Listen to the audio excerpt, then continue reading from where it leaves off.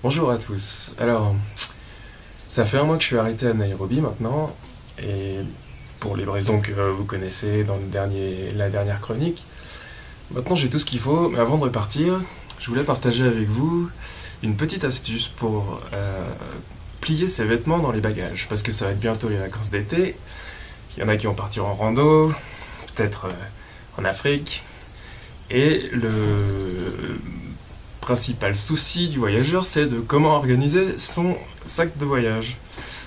Surtout comment, quoi, emmener, etc. Mais il y a aussi le souci de plier les vêtements.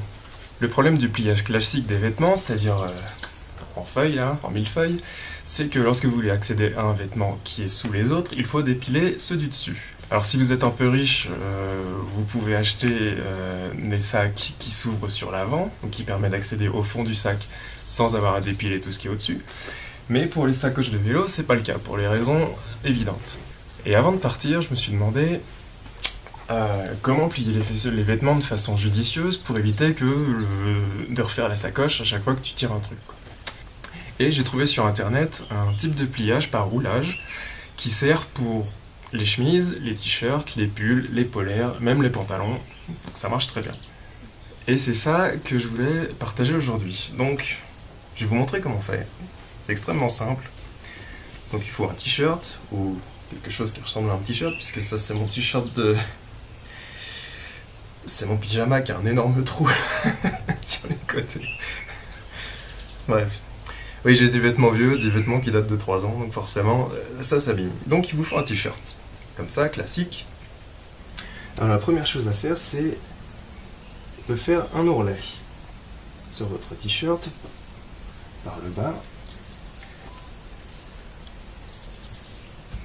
Comme ça, vous mettez à plat le t-shirt. Ça va vraiment que je le change. Donc l'épaisseur de l'ourlet, une dizaine de centimètres pour un t-shirt comme ça suffit. Si vous avez une polaire beaucoup plus épaisse ou une veste ou quelque chose de plus épais qu'un t-shirt, l'ourlet devra aller soit au milieu du torse, soit jusqu'aux aisselles. Vous verrez pourquoi plus tard. Donc vous avez fait l'ourlet, ensuite vous pliez le t-shirt de façon classique, comme si vous plieriez un vêtement. Et on va le retourner. À partir du col, on commence à rouler, serrer, serrer, serrer, pour bien compresser le tissu et arriver à l'ourlet. On le reprend, on retourne, et voilà. C'est fait. L'avantage, c'est que ça va pas se défaire dans les sacoches. Alors ce système de roulage là, de t-shirt, ça marche avec tout. Ça marche avec bien sûr les t-shirts, ça marche avec les vestes un peu plus épaisses. Comme je vous l'ai dit tout à l'heure, il faut juste épaissir un peu la largeur de l'ourlet, et ça entre, ou aussi les polaires. Alors si vous utilisez une polaire en fibre synthétique comme celle-ci, le problème c'est que même si vous faites un ourlet suffisamment large qui va jusqu'aux aisselles et qui va envelopper toute la polaire, la fibre synthétique ne tient pas, c'est-à-dire que le vêtement va se défaire quoi qu'il arrive. Donc le petit truc, c'est pas compliqué, c'est de mettre un lien pour tenir le roulage.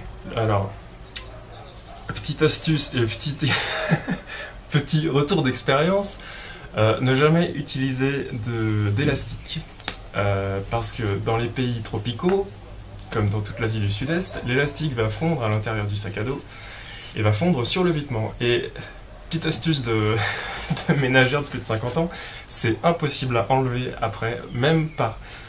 Vous pouvez frotter, vous pouvez foutre dans la machine à laver, vous pouvez utiliser une lame de couteau pour essayer d'enlever, ça partira jamais. Donc le truc, c'est soit utiliser des bandes des scratch, soit juste un lien, un lacet, quoi, ou une ficelle ou un truc, quoi.